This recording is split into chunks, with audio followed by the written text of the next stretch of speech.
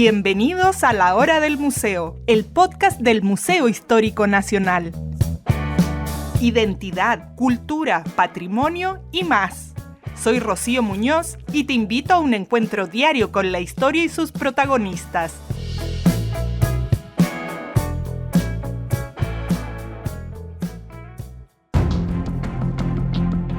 Hoy estamos en el Servicio Nacional de Prevención y Respuesta ante Desastres para recorrer la muestra Herencia Sísmica, que reúne una serie de archivos y artistas para mostrar cómo los terremotos, los temblores y los tsunamis son parte de nuestro ADN. Vamos a conversar con Ignacio Gutiérrez y Sergio León, que son directores de este proyecto y también curadores de esta exposición.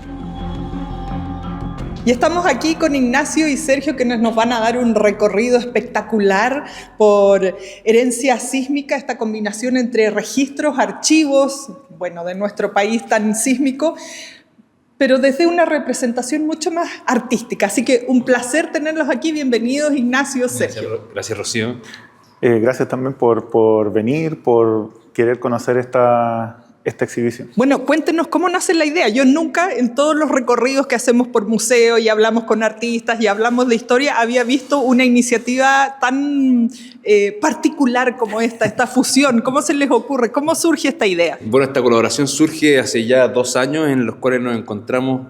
Esto es producido por Desartes, que es la Unidad de Artes y Desastres de Sijidén, que a su vez es un centro de investigación de desastres, y que surge en conversaciones con Sergio porque nosotros veníamos trabajando en esta combinación de utilizar el arte para la investigación y las intervenciones de desastres socionaturales, y conocemos a Sergio hace algunos años y él es geofísico, ¿no es cierto? Viene de esta forma de la ciencia y viene de otra institucionalidad también, y de esta forma ahí hacemos una especie de match y se nos ocurre la idea de tratar de desarrollar una exposición, como nosotros veníamos desarrollando exposiciones de arte, pero que abordar de esta forma la historia y esta herencia sísmica que estamos hablando, reconociendo también el recorrido y el reconocimiento de lo que son los registros históricos científicos de este tipo de fenómenos. Y ahí surge la idea de combinar este tipo de registros con obras de arte que entren a dialogar para tratar de abordar lo que nosotros hemos llamado herencia sísmica, que es esta idea de la huella que van dejando los terremotos y tsunamis en la identidad y en la cultura nacional. Bueno, por ahí escuchamos algunos registros que ya los vamos a mostrar más adelante, pero si escuchan algunos ruidos extraños es porque es parte de esta exposición que también tiene una sección sonora. Sergio, desde la parte técnica, ¿qué es lo que vamos a ver en esta exposición? Y además, en toda la buena expresión, súper volada la idea, pero me imagino desde lo científico un poco como también difícil abrirse a lo artístico. Mira, la verdad, partiendo de atrás para adelante, no tanto, en mi caso. Yo como que tengo una mirada un poco de considerar el arte como una forma en donde se puede jugar, está la libertad, donde si bien hay una línea científica de fondo, tienes una libertad para expandir eso y sin perder mucho el concepto que queremos mostrar, que son los terremotos y los tsunamis, total libertad para hacer obras. Entonces, para mí no fue difícil, tampoco era que tenía que estar ahí trayéndolos con cuerda, no se volaron tanto. Pero aún así, las obras que vamos a ver están espectaculares, ¿ya?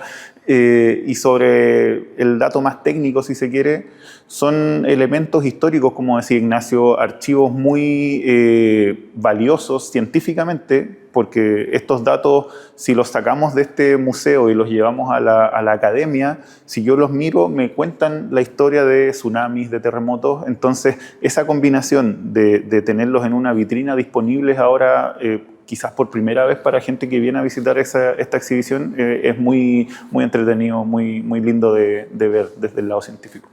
Antes de irnos a los archivos, cuéntenos dónde estamos, porque también es un edificio y conversábamos de eso un poquito antes de iniciar esta entrevista.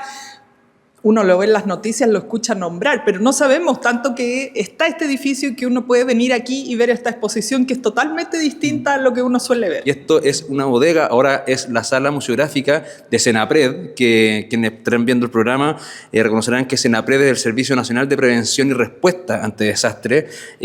Antiguamente era la ONEMI, y este es un edificio que de esta forma también era antiguamente la ONEMI, y esta bodega que originalmente fue pensada como museo por el diseño arquitectónico arquitectónico original, fue abandonado, sin embargo, para esa función por muchos años. Y nosotros, cuando empezamos a planear esta idea, era para poder postular a un proyecto de financiamiento para realizar una muestra de esta envergadura dentro de esta sala y poder preparar la sala para poder recibir exposiciones.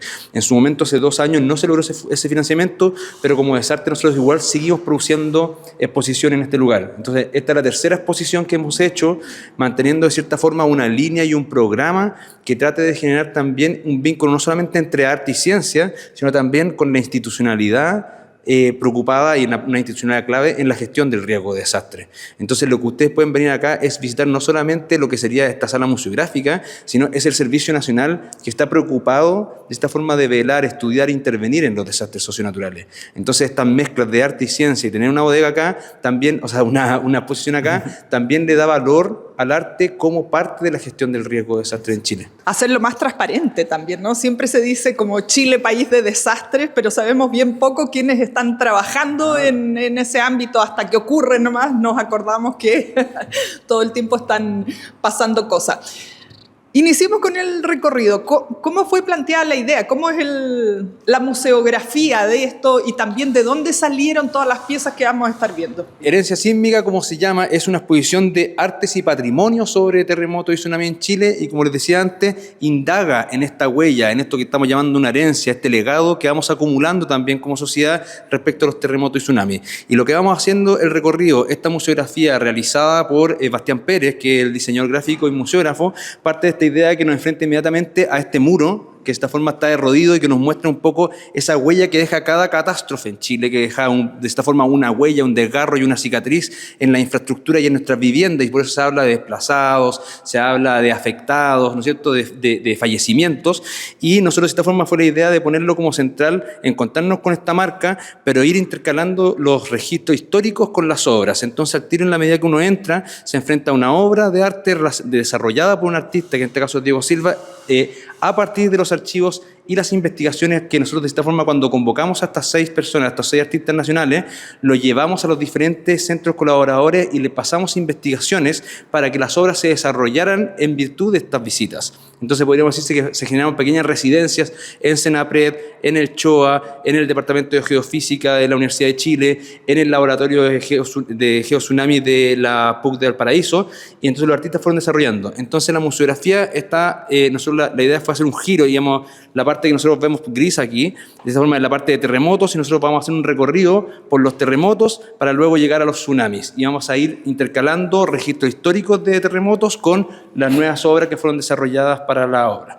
Entonces partimos por aquí. Entonces en este muro, digamos, lo primero que se enfrenta la gente es con este muro de herencia sísmica y luego aquí con los sismogramas del terremoto de 1960. Una de las primeras cosas que vemos y también que conversa mucho con Herencia, con el día del lanzamiento de Herencia Sísmica, es poner como uno de los primeros elementos visibles los sismogramas, los registros del terremoto de Valdivia de 1960. Que es el más fuerte que ha habido en el mundo, que se tiene registro. Claro, el que se tiene registro por los instrumentos, en la historia del mundo, como tú dices, es el más fuerte y bueno, ocurrió hace 65 años, entonces es una fecha icónica tanto para los desastres en Chile, para la sismología en Chile, entonces también por eso jugamos con el lanzamiento de esta exposición para el día 22 de mayo.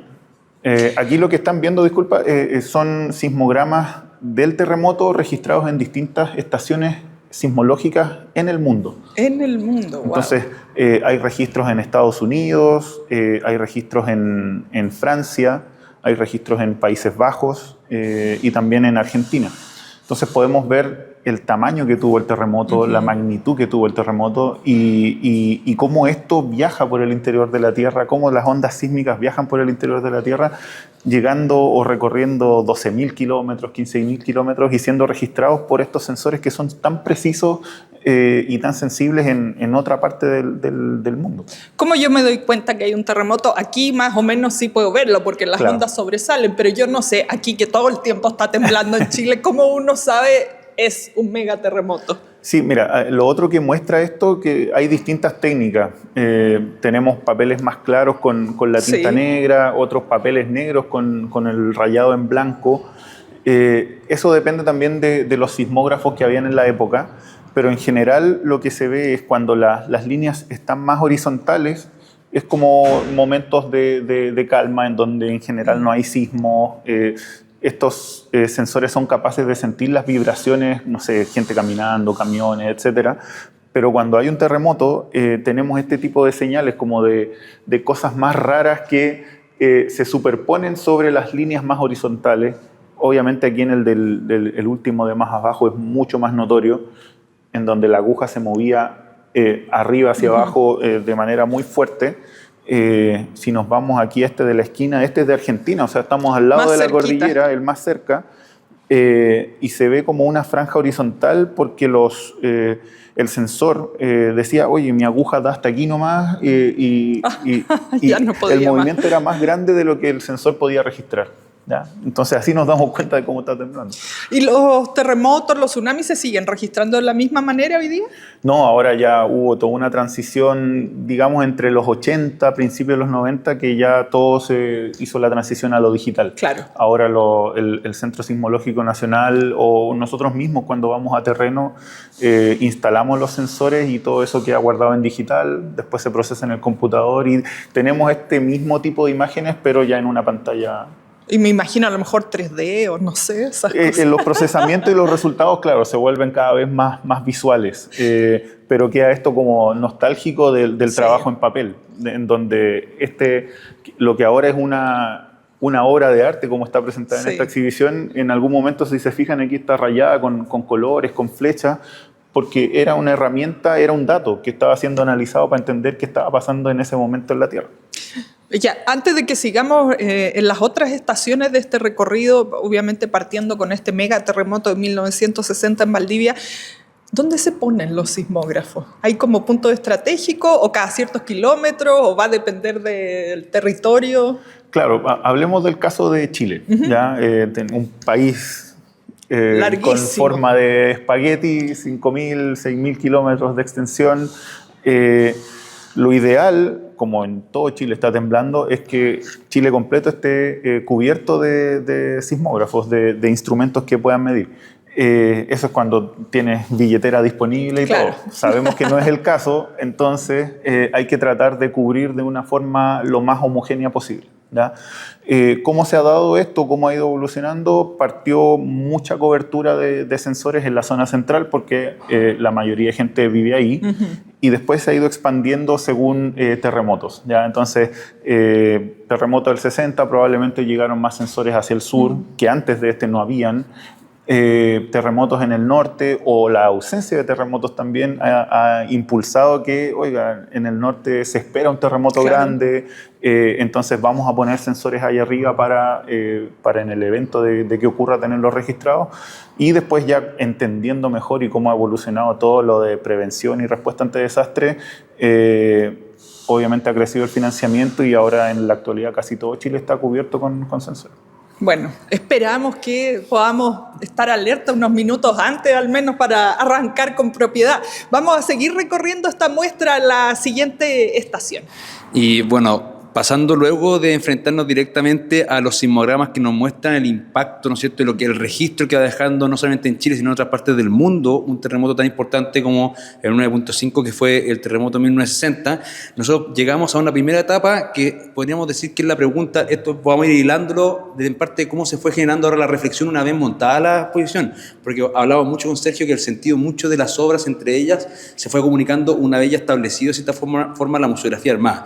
Entonces, partimos con esta idea. Esto de acá es la obra de Diego Silva, y es una obra que se llama Pandeo o Falla Estructural, y que el artista se fijó mucho en lo que son en las investigaciones. Esto cuando fuimos recorriendo Senapred, recorriendo las investigaciones de SIGIDEN, del Departamento de Geofísica de la Universidad de Chile, él se fijó mucho en lo que podríamos decir la falla estructural, el efecto que genera un terremoto y el movimiento de la Tierra en los edificios y en las urbanizaciones de Chile.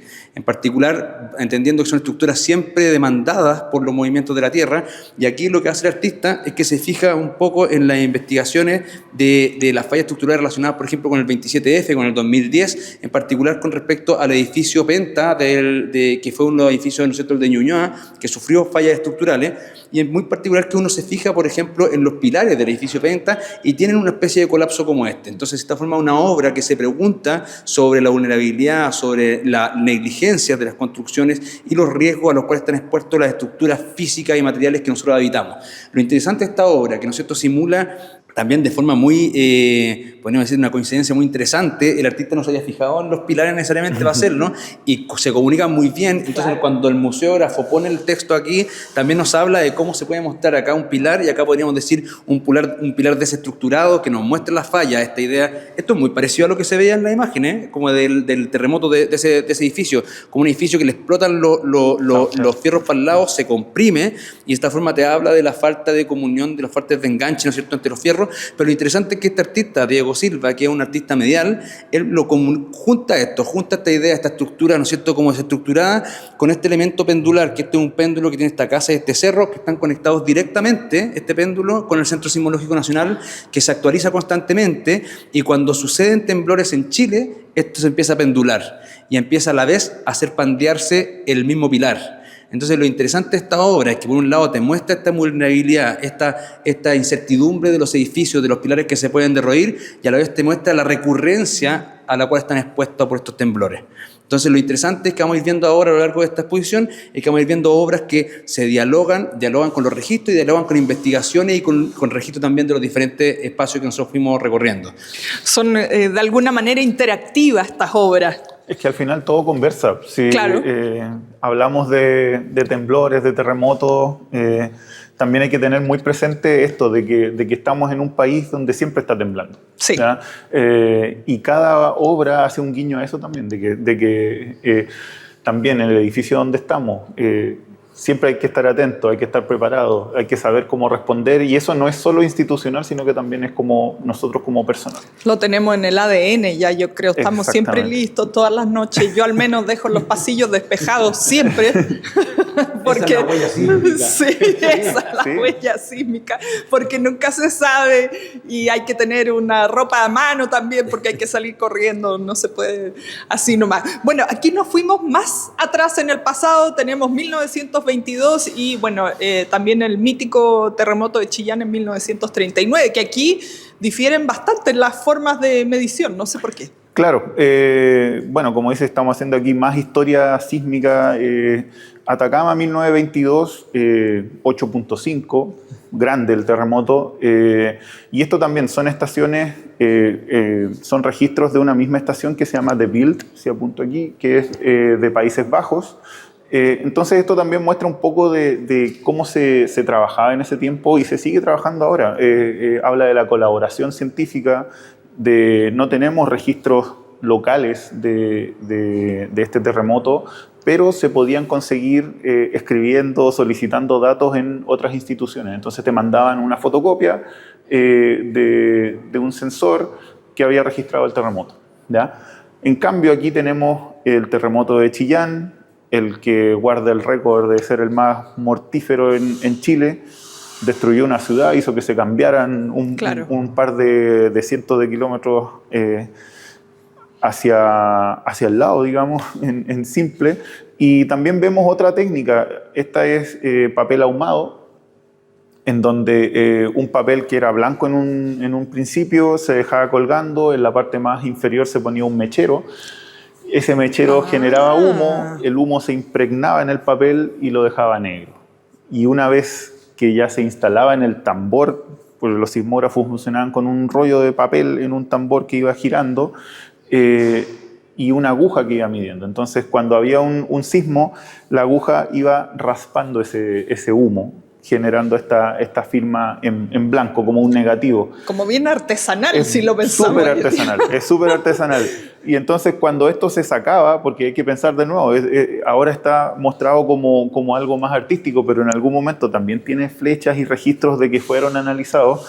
Si yo lo tomaba directamente y ponía mis huellas ahí, empezaba a borrar el dato. Entonces antes de analizarlo, lo primero era aplicarle un fijador, tipo como una laca de pelo, y se dejaba fijo el hollín y ya con eso ya se podía rayar encima y todo, pero también requería mucho cuidado. Y también como anécdota, si veían los terremotos, o sea, los registros del 60 que estaban con unas marcas un poco de quemaduras y todo, bueno, tenía estas complicaciones. Pues. El mechero de geofísica en algún momento que estaban produciendo papel ahumado se sobrecalentó y empezó un incendio.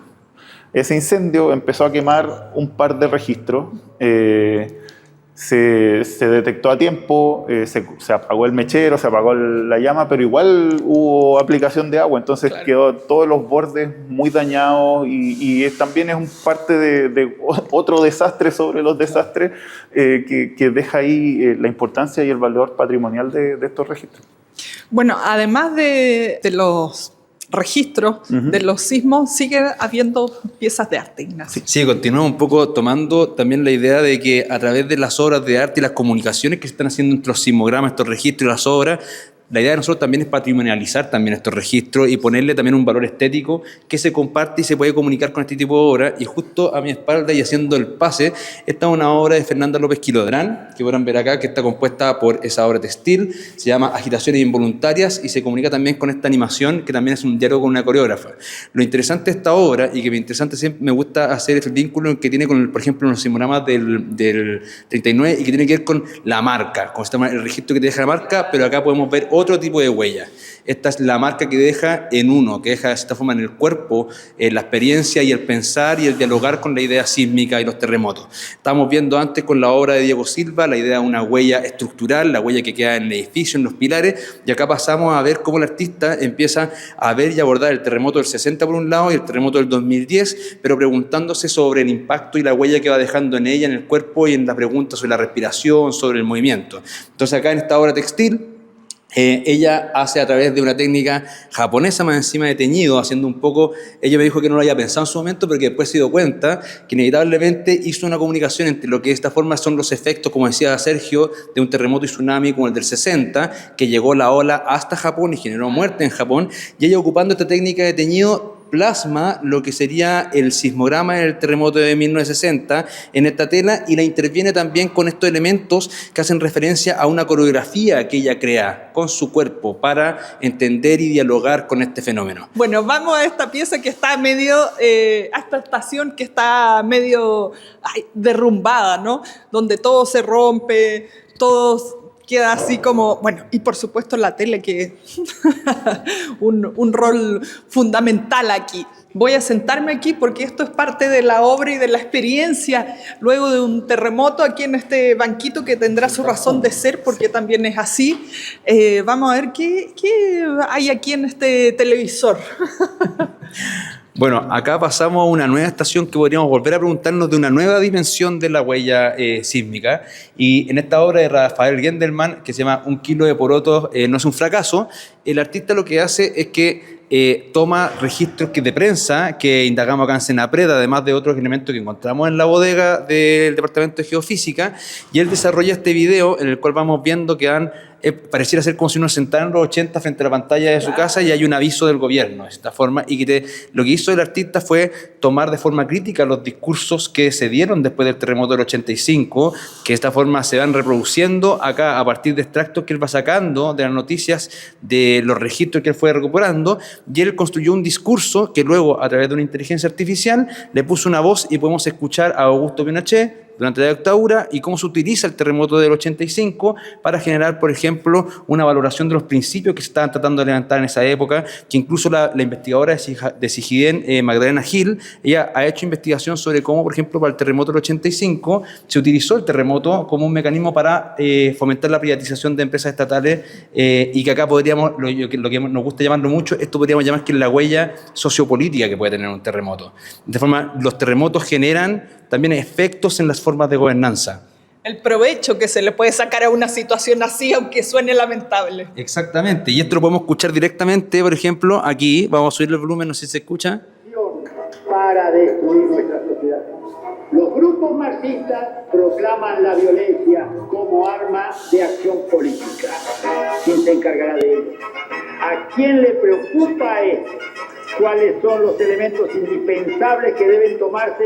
Por ejemplo, párese debajo del marco de la puerta o, por último, debajo de una mesa. Esto puede ayudar a salvar... Bueno, acá escuchamos, ¿no es cierto?, a Augusto Pinochet en esta inteligencia artificial, ¿no es cierto?, una inteligencia artificial que construye el artista para poder mostrar de forma crítica cómo estos discursos, como mismo dijiste tú, Rocío, cómo se utilizan también a veces los discursos y los terremotos, se pueden utilizar, las tragedias se pueden utilizar por los diferentes gobiernos para defender sus principios, o incluso hay gobiernos que caen después de un terremoto. Que acá algo interesante que sucede mucho, que por ejemplo después del 60, después del 2010, después del 39, por ejemplo, se crea la Corfo. O sea, los terremotos y tsunamis en Chile han sido uno de los grandes motivadores para desarrollo, por ejemplo, de la institucionalidad en Chile. Entonces vemos acá otra huella del desastre. Tenemos la huella estructural, la huella subjetiva en el cuerpo también, la huella sociopolítica, y podemos pasar a la siguiente estación para hablar de una nueva huella y una nueva dimensión de la huella sísmica. Bueno, viendo estas imágenes me llevó a la infancia total. Yo creo que soy mayor que ustedes. Me llevó al terremoto de 1985 totalmente. Vamos a seguir recorriendo aquí. Quiero que sigamos también viendo como el avance, de cierto modo, de las tecnologías o de cómo se va dejando registro de los terremotos, porque no solo están estos como archivos, ¿no? La matriz en papel de lo que va mostrando un sismógrafo, sino también hay sonido.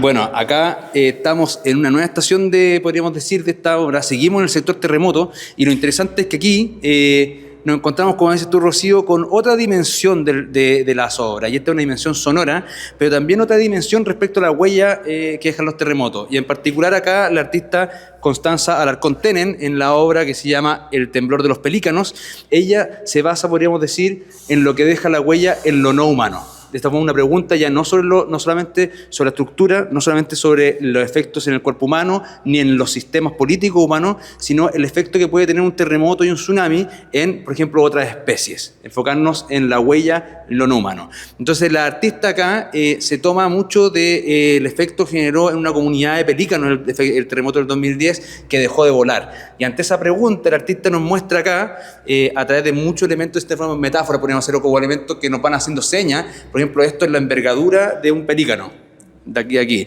Esto que está flotando nos muestra estos parlantes, que de esta forma podemos ver y fijarnos. Acá está el video, ¿no es cierto?, del vuelo del pelícano, y acá vemos unos parlantes que parecieran estar todos alineados, y que interesantemente, una vez que nos explicó la obra el artista, esto nos muestra cómo los parlantes se alinean con el norte, y un poco para mí haciendo referencia a un poco a los sistemas, por ejemplo, de geolocalización que pueden tener ciertas especies, y hablando, por ejemplo, cómo un terremoto puede afectar el movimiento de estos parlantes. Entonces, lo que hizo el artista es tomar el registro que se tiene, ¿no es cierto?, sismográfico del terremoto del 2010, y lo interesante es que lo traspasó a un vinilo, que me imagino que varias personas que estarán acá viendo, ¿no?, saben lo que es un vinilo, porque hoy día estaba haciendo justo una visita guiada con niños y no conocían lo que era un vinilo. Entonces, espero que lo sepan lo que es, pero si no, es el traspaso directo de la onda de sonido en un registro finalmente mecánico. Y acá estamos en el vinilo, que vemos es que se traspasó el terremoto como el sismograma en las ondas del vinilo, y lo que estamos escuchando ahora es el sismograma del 2010, podríamos decir, que estamos escuchando a través de estos parlantes de forma más débil. Acá hay que acercarse un poco a escucharlo, y de repente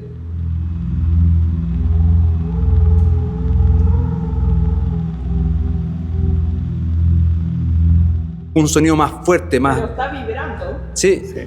Bueno, ahí se puede escuchar un poco cómo va evolucionando también el sonido, como el mismo sismograma, como se ve, por ejemplo, en otro trabajo que tenemos con Sergio, nosotros podemos incluso escuchar el movimiento de los autos en la calle, en una estación sismológica. Entonces, acá podemos escuchar todo ese movimiento, pequeños movimientos, y que de repente se nos va a escapar. Bueno, después se podrá ver ahí directamente el sonido, pero de repente uno ve el movimiento y se escucha. Entonces, acá el artista, a través del sonido, nos va haciendo un recorrido. Ahí, pues, ¿no es cierto?, en el texto podemos ver, dice, invocando una escucha desplazada que desafía el antropocentrismo de la catástrofe. Entonces, esta es una idea que de esta forma nos trata de meter y escuchar el terremoto del 2010, pero pensando en esta comunidad o en esta colonia de pelícanos que dejó de volar. Entonces, si seguimos viendo acá, es un mecanismo algo análogo, ¿no es cierto? O sea, esto la artista pensó. Es una combinación al final, porque el registro del 2010 ya estamos hablando de una era digital de la sismología. Entonces, cuando buscamos los registros, conseguimos las trazas, pero desde el computador. Se las mandamos al artista y ella lo volvió a análogo, perdón. Es como que los volvió casi como a los sismogramas del 60. Entonces es bien interesante esa conversación de como la antitransición, volver a lo análogo, volver a los vinilos. Entonces es bien bonito. Y partiendo también porque la artista Constanza está en Boston. O sea, esta obra la hizo a distancia, teniendo elementos digitales, traspasando el análogo y haciendo que trabajara el Pablo Madariaga, que fue su ayudante, lo ayudó aquí para hacer el trabajo. Y aquí estamos escuchando un poco del terremoto, ese sonido. A mí se me paran los pelos con esto.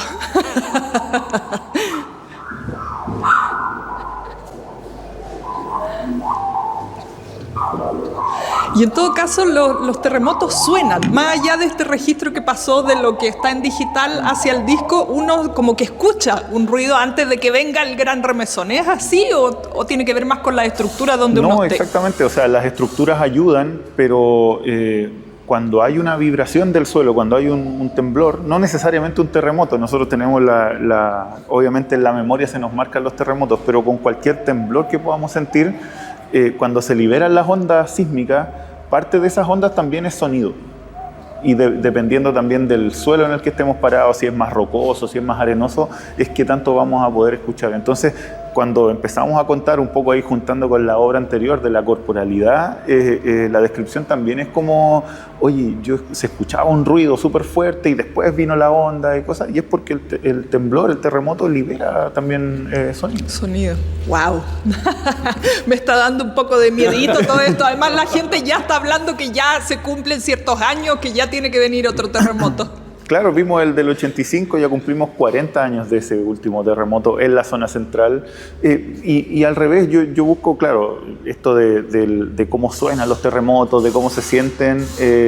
Claro, puede dar un poco de miedo, pero también esta forma, este tipo de exhibiciones lo que hace es un poco quizás absorber esos miedos, incorporarlos y hablar de esto que a veces no es tan como amigable. No es entretenido siempre hablar de terremotos, sobre todo si se activan recuerdos no tan gratos. Entonces esto es un poco también eso, busca poner el tema, conversarlo, acercarse de otra forma. Así es, acercarse de otra forma y del arte. Bueno, acá llegando para acá, nosotros vemos la obra de Natacha Cabellos. Esta se llama Un ruido subterráneo prolongado se escucha durante minutos.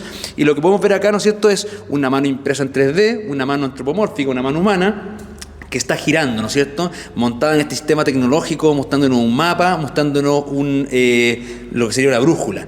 Y lo que está haciendo esta mano, podríamos hablar que este es un sondeo de los sismos. Semejante a lo que hizo Diego Silva en la obra Pandeo, acá en esta obra del río subterráneo, nosotros lo que encontramos es una obra que está sondeando Chile, sondeando alrededor, y en el momento en que sucede un sismo en Chile, también conectado directamente con el Centro Sismológico Nacional, lo apunta geográficamente. Y acá lo que vamos viendo acá, por eso el mapa que nos está mostrando la brújula nos muestra el norte, y de esta forma acá lo que va apareciendo en pantalla es los sismos que suceden, aparecen ahí, ¿no es cierto? Pero la gracia es que también el artista, abordando esta idea un poco de esta idea antropomórfica del humano juntado con esta tecnología, se hace la pregunta sobre la relación entre la tecnología, el humano y la medición y los instrumentos y las tecnologías que van evolucionando para registrar y pensar y estudiar este tipo de fenómenos. Pero a la vez lo interesante también de esta obra es que se toma acá de un libro que encontramos en el Centro Sismológico, en el Departamento de Geofísica, en las bodegas donde encontramos estos sismogramas, ¿no es cierto? Y este es un libro de un cuaderno de campo, que es un cuaderno de campo de la estación en Isla Decepción, en la Antártica, del 65. Es decir, esto es una estación que ya ni siquiera está funcionando, y lo interesante que tiene esta idea, y que ya casi metafórico, que se llama Isla Decepción, es que te va mostrando también los errores en las mediciones. Entonces está mostrando cómo se queda registrado todos los movimientos que un elemento como este va sondeando, y te va mostrando los errores. Un cable, un alambre que se corta, algo que no deja registro, la incertidumbre que genera la misma tecnología. Entonces, en parte de las interpretaciones que uno puede ir haciendo esta obra, es que en este sondeo que de repente falla, que de repente se pega podríamos decir como su falla, ¿no es cierto?, y que se ven inscritas en esta pantalla, van reproduciendo un poco los textos que van de este libro, de este cuaderno, pero lo interesante también tiene que ver, para mí, tiene que ir la decepción, es que las mismas máquinas que nosotros utilizamos para evaluar y medir esto fallan también. Entonces ahí vemos otra huella y otra dimensión de esta herencia sísmica y que tiene que ver con la huella tecnológica, con los cambios que van generándose porque un terremoto o un tsunami supera las formas en que antes las evaluábamos o las medíamos. Eso genera que nosotros también hagamos una mutación de los mecanismos y los instrumentos con los cuales los medimos. Claro, hay toda una evolución tecnológica también. Sí. En los 60 los sismógrafos eran mucho menos precisos que en la actualidad. Mucho menos confiables a veces, sobre todo cuando se movían. O sea, ahí este cuaderno muestra los registros de personas trabajando en la Antártica, o sea, hostil completamente. De hecho, este cuaderno dice 1965 y en el año 67 esta estación fue destruida por una erupción volcánica. Y hasta la actualidad ya no se ha vuelto a reabrir esa base. Entonces esta hostilidad de mover instrumentos y de más encima llevarlos a lugares remotos y cruzar los dedos y esperar a que confíe. Y incluso ahora que vamos a terreno, vamos al campo a hacer instalaciones, a veces toca eso, o sea, si hizo mucho más frío, no sé, la batería se descargó y dejó de medir. Siguen ocurriendo, porque pensamos que la tecnología como que ya elimina cualquier error. Sí. Pero no, o sea, los errores están, hay que saber reconocerlos, sí, para ir aprendiendo. Y esa es parte también de cómo avanza la ciencia. Bueno, vamos a la etapa final, que yo creo que es lo más terrorífico y por suerte a mí no me ha tocado vivirlo, que son los tsunamis, y además estamos muy influenciados por las películas, pienso hasta en Godzilla, ¿sí? de todo puede ocurrir. Uno si tiene pesadilla piensa en sueña con olas gigantes. Cuéntenos cómo sigue aquí el recorrido con los tsunamis. Acá nos va a explicar Sergio, pero estos son efectivamente instrumentos para evaluar y dejar un registro de los tsunamis. Claro, y aquí vemos una obra de arte, pero esto es directamente hecho por la naturaleza. ¿Qué es? ¿Qué es lo que es? Son registros del tsunami. Aquí al costado izquierdo vemos los registros o el registro que dejó el tsunami de 1960. Y aquí es más chiquitito, un tsunami que hubo en 1730, posterior al terremoto de zona central. Ahora, ¿cómo lo podemos explicar un poco? ¿Cómo se entiende qué esto? Estamos viendo, los colores y todo. Esto nos da la huella del tsunami. Y todo este espesor de aquí es arena. Arena que estaba en la playa y que fue movilizada tierra adentro. No un par de metros, sino que kilómetros adentro. Y claro, básicamente y en simple, mientras más grande sea este espesor, más grande fue el tsunami. Entonces acá tenemos el monstruo que fue el terremoto del 60, pero el tsunami del 60, que cruzó el Pacífico, llegó a Japón, afectó a Hawái, afectó a Estados Unidos. ¿Cómo funciona esto? Esto está hecho por investigadores de la Universidad Católica de Valparaíso, el laboratorio GeoTsunami, en donde van a zonas de estudio. Esta zona específicamente es Maullín, muy cerca de Valdivia. Hacen un hoyo grande, no sé, 2 por 2 metros más o menos, y dicen, ok, esta zona está bien interesante, vamos a sacar un peeling, que se llama, que es básicamente como un pelado, un pedacito de tierra. Entonces para eso ponen una malla en el fondo, la apoyan en la tierra y se echa un líquido. Ese líquido se empieza a impregnar por la tierra y se empieza a enfriar y a solidificar. Cuando ya está sólido, muy parecido a la cera, se agarra con fuerza, ¡pum!, y se tira. Y al tirarlo nos queda este manto, como una fotocopia de la Tierra. Claro, es una estampilla de la Tierra. Sí. O sea, es la Tierra misma. Es la Tierra misma, claro. ¿Y cómo se explica? Acá tenemos la Tierra antes de que llegara el tsunami. ¿Ya? Entonces tenemos un color más oscuro y todo. Después empiezan a entrar los primeros trenes de ola, moviendo los objetos más grandes, pedazos de palos, de árboles y todo, y luego ya se empieza a entrar lo que es arena, y va estancándose y va asentándose, porque el tsunami, hay que recordar, no es solo una ola, sino que son trenes de olas que entran y se va asentando. Y después de eso, ¿qué hace la naturaleza? Busca, igual que nosotros, vamos a reconstruirnos, vamos a empezar de nuevo, y estos son los registros de raíces de los árboles que quieren empezar de nuevo después de esta catástrofe que fue el tsunami. Y llegamos ya a la última sección con obras de arte, Ignacio. Sí, bueno, esta última sección ya estamos volviendo, ya nos metimos por a través de los peelings, llegamos a los tsunamis, y en esta obra de Paloma Villalobos, que se llama Las olas, el artista mezcla, ¿no es cierto?, tenemos todos los elementos, este video, esta animación y estas fotografías que están sostenidas por estas ramas como si fuesen básicamente como el deterioro, ¿no es cierto?, de un tsunami, que están sostenidas frágilmente, y vemos este video que está acá, que este es un video sacado del proyecto Simona, que es un proyecto de investigación de monitoreo de costa, y podemos ver un video en tiempo, un timelapse de todo un año de recorrido frente a Laguna Cahuil, y nos muestra la evolución de las mareas.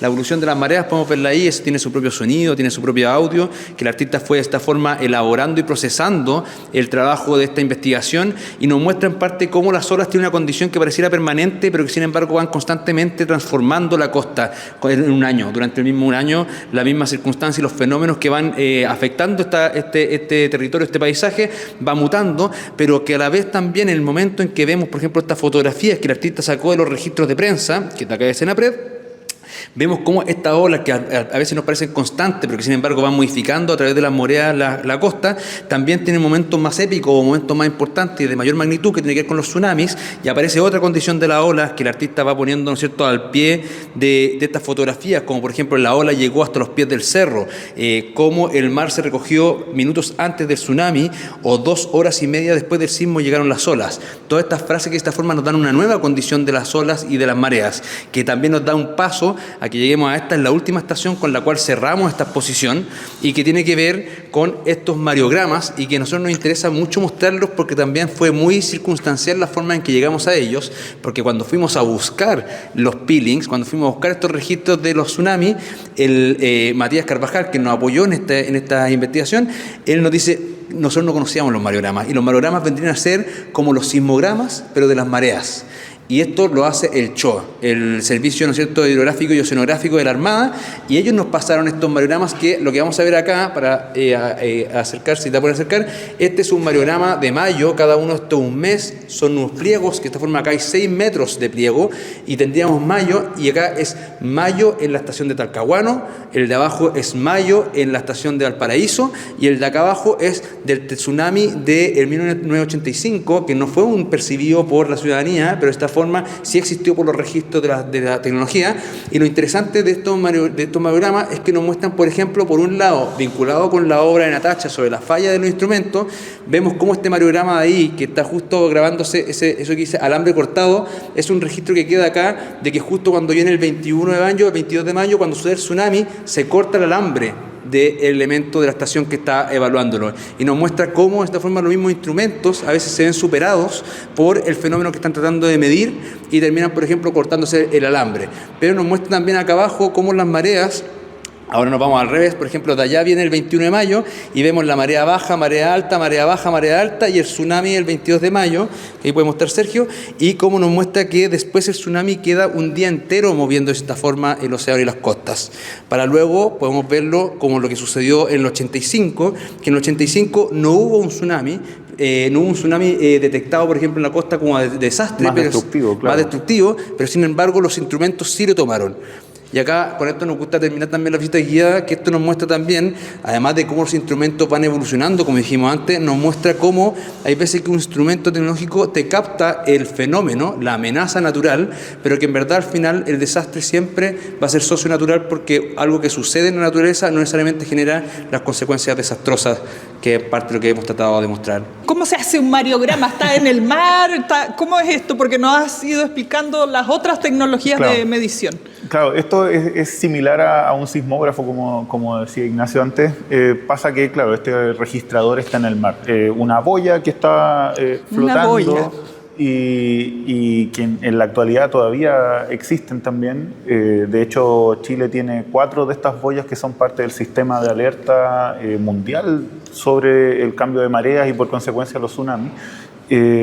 Esas boyas están ancladas y tienen sensores de presión que pueden ir midiendo este cambio del peso que genera las mareas. Entonces, por eso hace el cambio de marea baja a marea alta, y cuando hay perturbaciones más grandes puede registrar el tsunami también.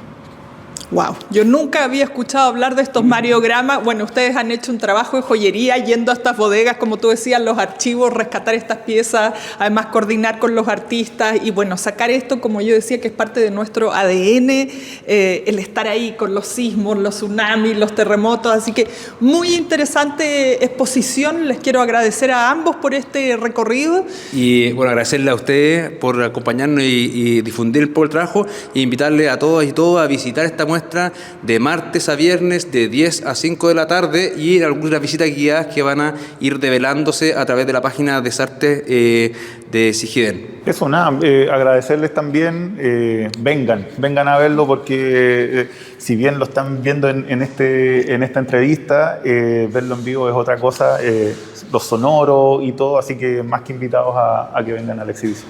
Además que es un lugar increíble y para mí totalmente desconocido, así que es necesario que vengamos todos a conocer este lugar. Muchas gracias, Ignacio, gracias, Sergio. Esto fue La Hora del Museo, un encuentro cotidiano con nuestra historia, el podcast del Museo Histórico Nacional.